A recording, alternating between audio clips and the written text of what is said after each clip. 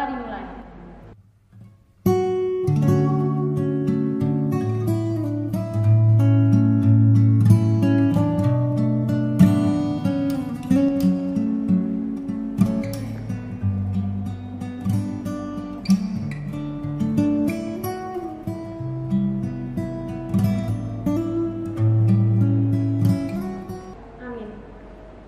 Selamat hari Minggu, apa kabar ya semua? Saya anak Tuhan selalu ceria. Kebaktian pagi ini dipimpin oleh Kak Fani, Kak Citra, Kak Tini, Kak Clara, Kak Helen. Oke, adik-adik semua, kita kembali ke kebaktian di rumah aja. Kakak harap adik-adik semua kabarnya baik-baik aja. Dan kalau keluar rumah, jangan lupa pakai apa, Kak? pakai masker. Dan jangan lupa untuk Cuci tangan ya. bagus. Sekarang, sebelum kita memulai ibadah kita, mari kita bangkit berdiri dan kita bernyanyi dengan judul Happy Ya Ya Ya.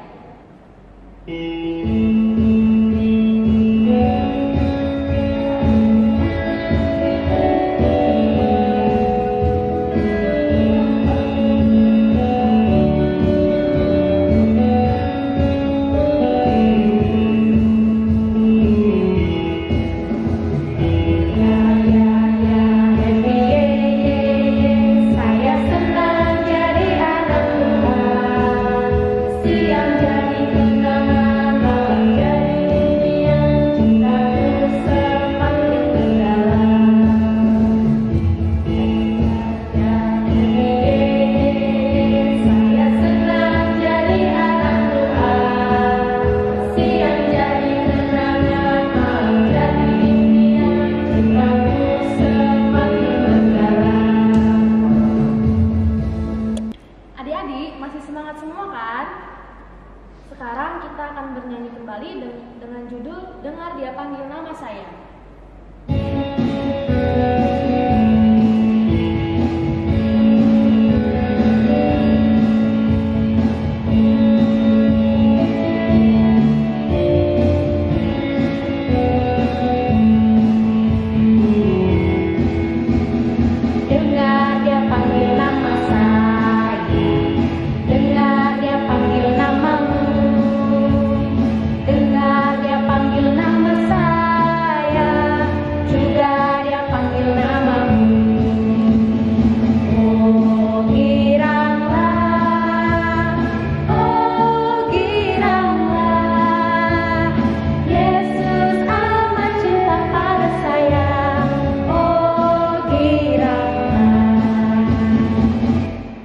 Adik-adik, sekarang kita akan berdoa.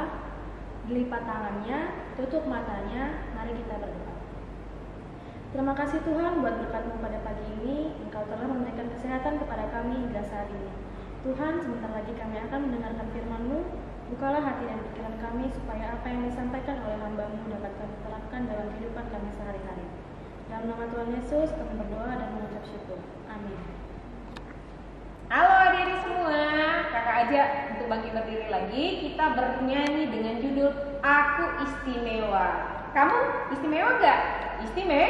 Istimewa. Kita semua di mata Tuhan istimewa. Sekarang ayo bernyanyi Aku Istimewa.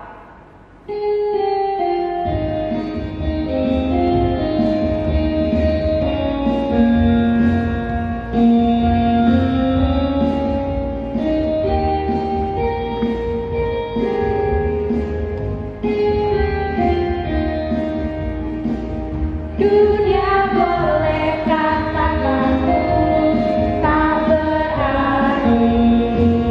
Dunia boleh katakanku bukan siapa.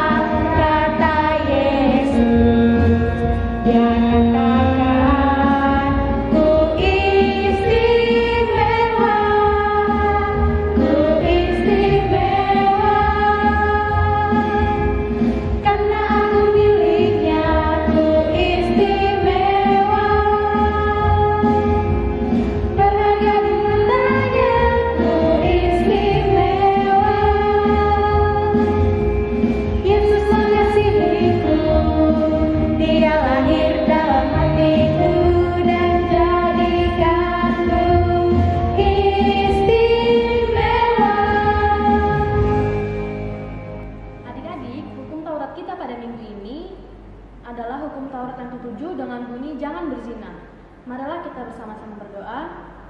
Ya Allah Tuhan kami, kuatkanlah kami untuk dapat melakukan sesuai dengan hukum.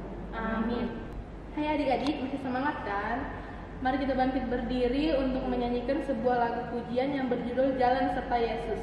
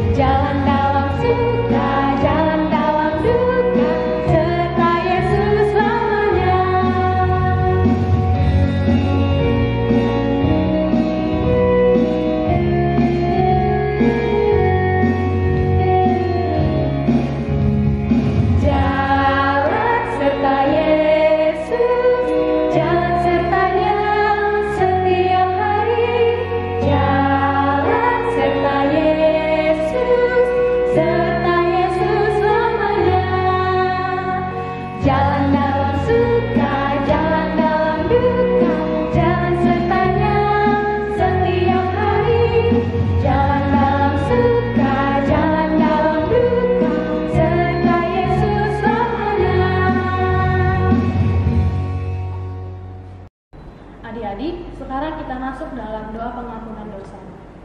Lipat tangannya, marilah kita berdoa.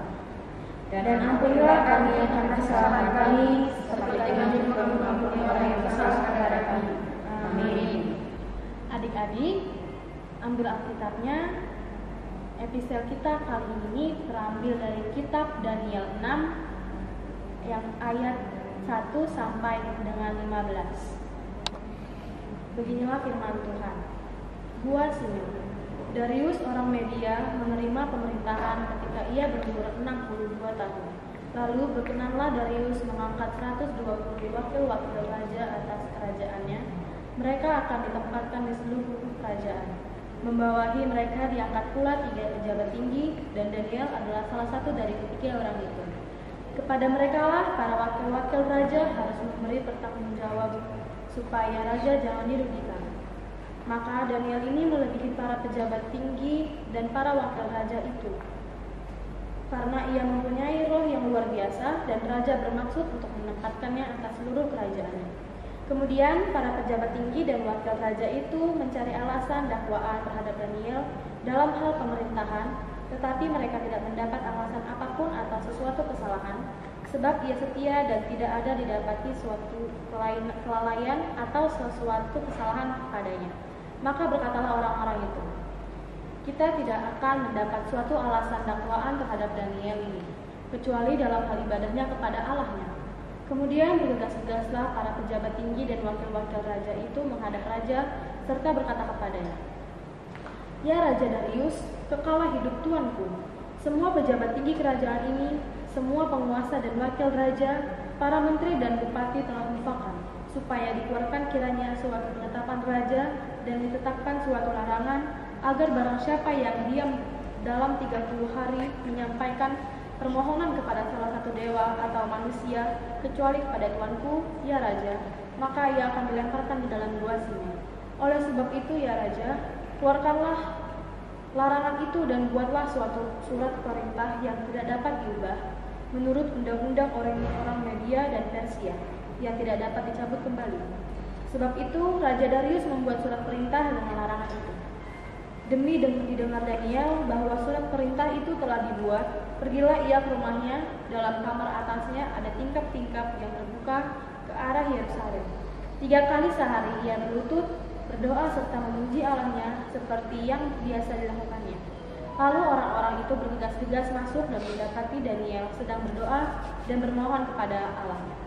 Kemudian mereka menghadap raja dan menanyakan kepadanya tentang larangan raja. Bukankah tuanku mengeluarkan surat larangan supaya setiap orang yang dalam 30 hari menyampaikan permohonan kepada salah satu dewa atau manusia kecuali kepada tuanku ya Raja, akan dilemparkan dalam gua singa? Jawab raja, perkara ini pasti menurut undang-undang orang Media dan Persia yang tidak dapat dicabut kembali. Lalu kata mereka kepada raja, Daniel, salah seorang buangan dari Yehuda, tidak mengindahkan tuanku ya raja, dan tidak mengindahkan larangan yang tuanku keluarkan, tetapi 3 kali sehari ia mengucapkan doanya.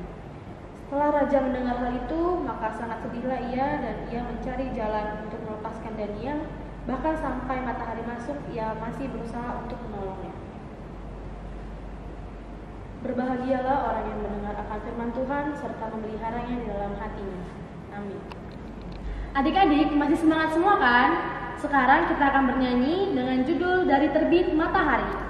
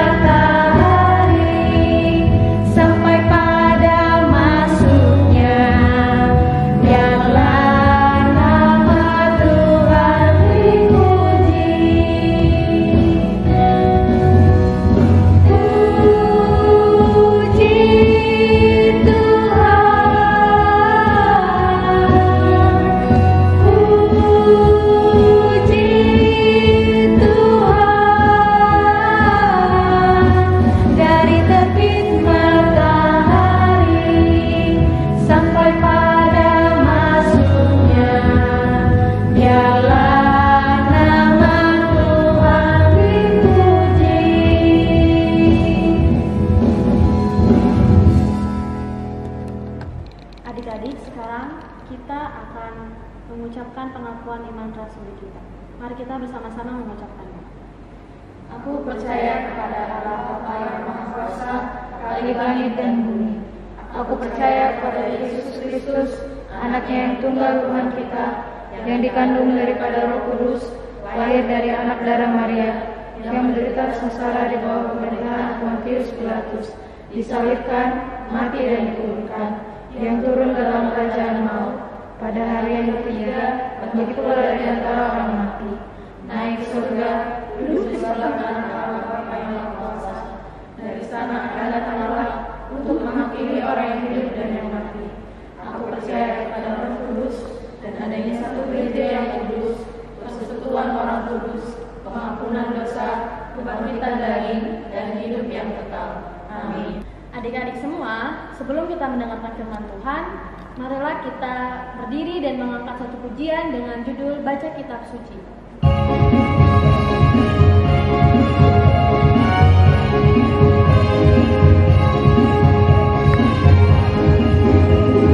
Baca kitab suci, doa tiap hari, doa tiap hari, doa tiap hari. Baca kitab suci, doa tiap hari kalau mampu. Kalau mampu, kalau mampu. Glory haleluya, baca kitab suci, doa tiap hari kalau mampu. Baca kitab suci, doa tiap hari, doa tiap hari, doa tiap hari.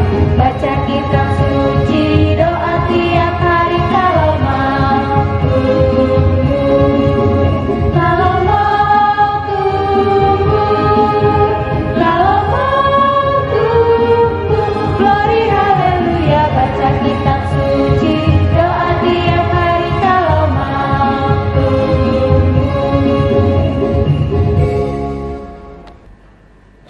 Shalom adik-adik, bagaimana kabarnya? Puji Tuhan, mudah-mudahan adik-adik sekolah minggu semua tetap merasakan sukacita ya, walaupun hanya beribadah dari rumah masing-masing. Untuk ibadah minggu hari ini, Abang bertugas untuk menyampaikan nats khotbah buat adik-adik sekolah minggu semua. Abang harap walaupun kita hanya beribadah di rumah, tetapi adik-adik semuanya tetap bisa beribadah secara dengan sungguh-sungguh.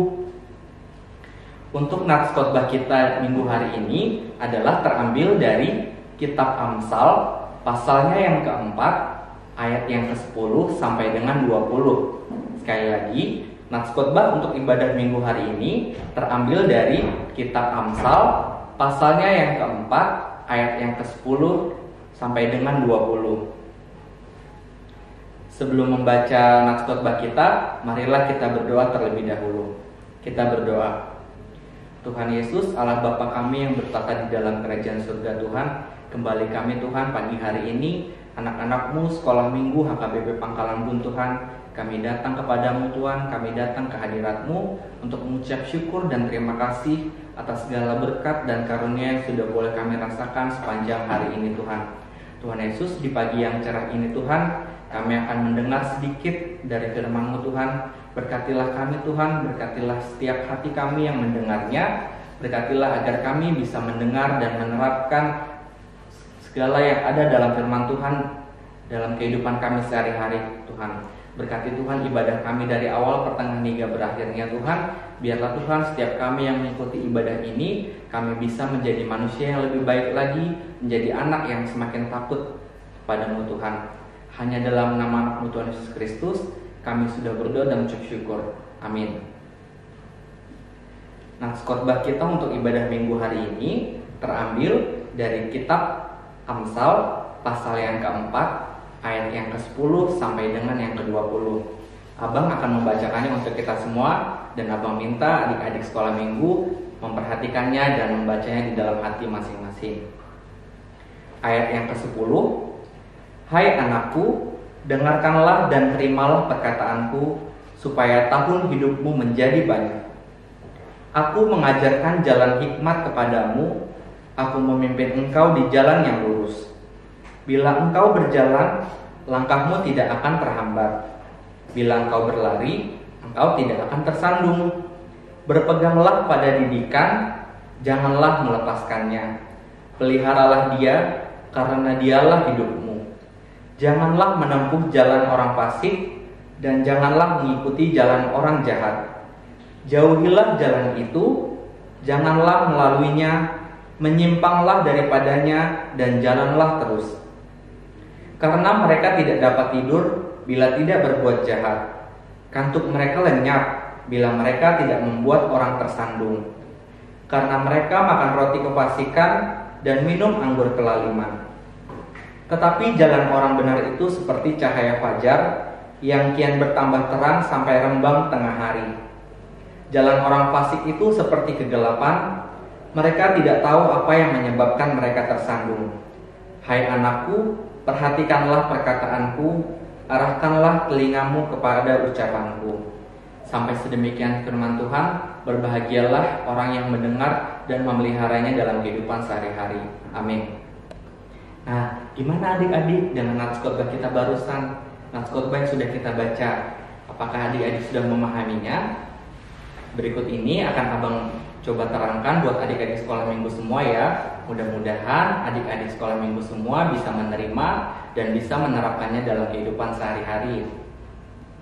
Dalam nats ini ada beberapa hal penting yang sudah diajarkan kepada kita semua secara tidak langsung.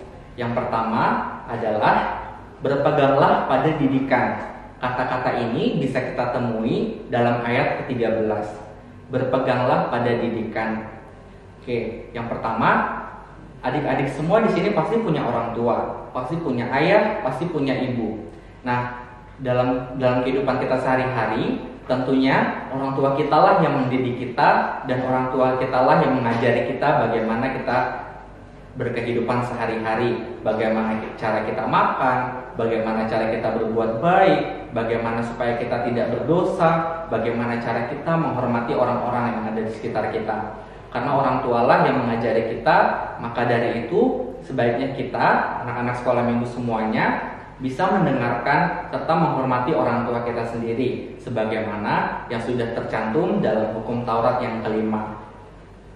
Dan poin yang kedua adalah tadi, yang mendidik kita adalah orang tua kita sendiri. Tentunya orang tua kita tidak akan pernah membiarkan kita jatuh ke dalam lembah kekelaman, karena seperti kita tahu bahwa orang tua kita adalah Tuhan yang bisa kita lihat. Nah, seperti itu tadi, orang tua tidak akan mungkin membiarkan kita berada di jalan yang sesat, akan tetapi orang tua pasti akan membimbing kita, orang tua akan mengajari kita bagaimana kita hidup supaya kita hidup sebagai orang yang benar. Dan poin yang ketiga adalah jangan menempuh jalan orang fasik. Apakah adik-adik tahu orang fasik itu apa? Nah, orang fasik itu adalah orang yang jahat. Kata-kata jangan menempuh jalan orang fasik bisa kita temui dalam ayat yang ke-14. Nah, berikut ini akan abang sampaikan beberapa ciri-ciri orang fasik. Yang pertama, orang fasik itu senang membuat pertikaian atau perkelahian atau juga pertengkaran. Jadi apabila kita menemui orang-orang yang senang sekali membuat pertikaian, membuat perkelahian, itu adalah salah satu ciri-ciri orang fasik. Dan yang kedua adalah bermulut besar. Apa adik-adik tahu arti dari bermulut besar? Nah, abang kasih tahu ya. Jadi arti dari bermulut besar itu adalah orang fasik itu suka mengada-ada suatu permasalahan, atau dalam bahasa sederhananya orang fasik itu suka berbohong, suka mengada-ada. Itu salah satu ciri-ciri orang fasik dan sangat tidak disukai oleh Tuhan. Dan yang ketiga, ciri-ciri orang fasik itu adalah orang yang tidak mempunyai belas kasihan dan tidak pernah merasa bersalah. Seperti kita tahu, kita sebagai manusia, kita sebagai makhluk sosial yang setiap hari bersosialisasi dengan orang lain, kita harus memiliki belas kasihan. Karena belas kasihan itu berhubungan erat dengan hati nurani kita sebagai manusia, dan juga berhubungan erat dengan akal budi yang kita miliki, seperti akal budi yang sudah dianugerahkan Tuhan kepada kita. Karena itulah membedakan manusia dengan ciptaan Tuhan yang lainnya. Dan yang keempat, ciri-ciri orang fasik itu adalah tidak bisa mengendalikan diri sendiri. Mereka akan sangat mudah memiliki emosi yang tinggi, mereka akan sangat mudah marah. Itu adalah ciri-ciri orang fasik. Nah, dari keempat ciri-ciri orang fasik tadi, mudah-mudahan adik-adik sekolah minggu semua tidak ada ya yang meniru sifat mereka, karena sifat itu sangat tidak disukai oleh Tuhan. Nah, terus kemudian kenapa ayat ini mengajari kita banyak hal? Yang berikutnya adalah orang fasik tidak dapat tidur apabila tidak berbuat jahat. Kata-kata ini bisa kita temui dalam ayat ke-16. Sekali lagi abang ulangi, orang fasik tidak dapat tidur apabila tidak berbuat jahat. Itulah mengapa bisa dibilang orang fasik itu sangat jahat. Ibaratnya mereka tidak akan bisa tidur kalau mereka belum berbuat jahat. Jadi mereka harus berbuat jahat dulu, mereka harus membuat orang tersandung, baru mereka bisa tidur dengan nyenyak. Itulah ciri-ciri orang fasik. Dan tentunya ciri-ciri tersebut sangat bertentangan dengan ciri-ciri hidup orang yang benar. Dan yang terakhir, jalan orang benar seperti cahaya fajar pagi hari. Nah, adik-adik sekolah minggu semua, dalam nats Alkitab ini tadi kita diberi contoh dua jalan. Yang pertama jalan orang fasik, dan yang kedua jalan orang benar. Jalan orang fasik tadi sudah abang ceritakan bahwa jalan orang fasik itu adalah jalan dalam kegelapan, karena mereka tidak tahu mereka tersandung karena apa, karena mereka berjalan dalam kegelapan. Sedangkan jalan orang benar itu adalah seperti cahaya fajar pagi hari.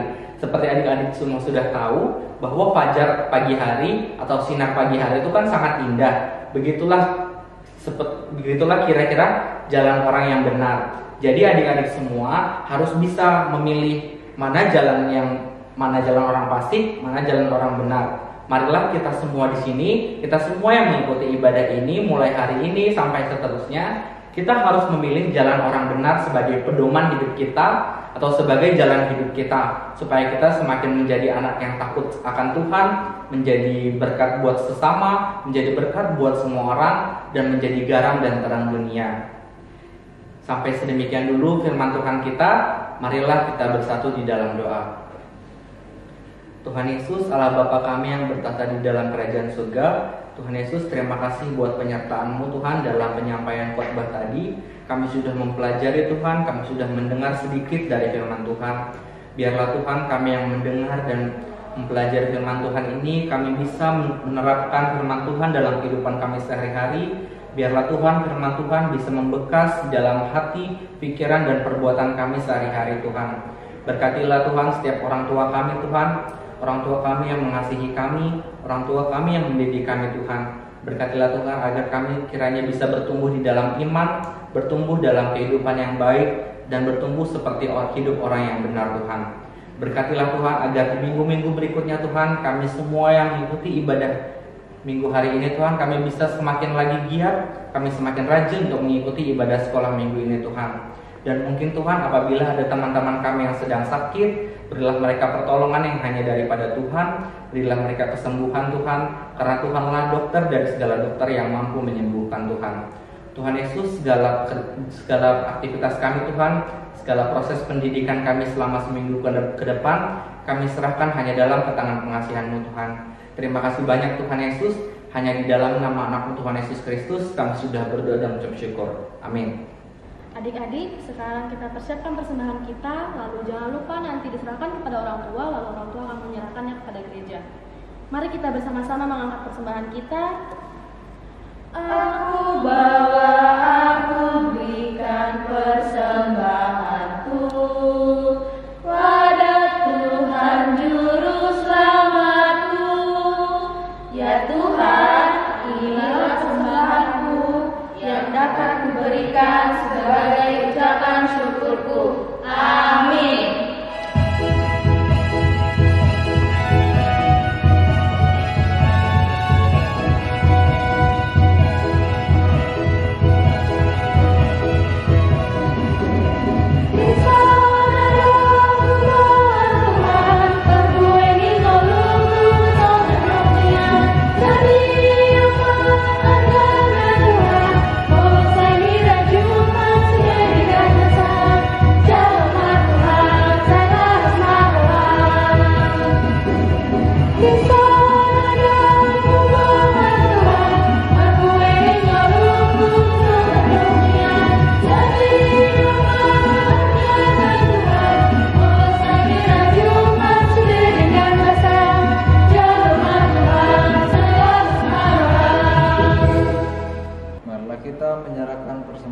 Kepada Tuhan kita berdoa.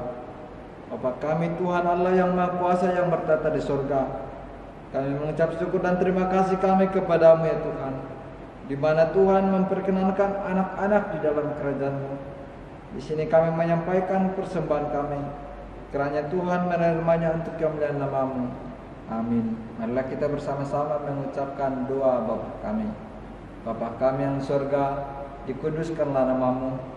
Datanglah kerajaan-Mu, jadilah kehendak-Mu di bumi seperti di sorga. Berilah kami pada hari ini makanan kami yang secukupnya, dan ampunilah kami akan kesalahan kami, seperti kami mengampuni orang yang bersalah kepada kami. Dan janganlah membawa kami ke dalam percobaan, tetapi lepaskanlah kami daripada yang jahat. Karena Engkau yang punya kerajaan, dan kekuasaan, dan kemuliaan sampai selama-lamanya. Amin. Tuhan memberkati engkau dan melindungi engkau. Tuhan menyinari engkau dengan wajah-Nya dan memberi engkau kasih karunia. Tuhan menghadapkan wajah-Nya kepadamu dan memberi engkau damai sejahtera. Amin.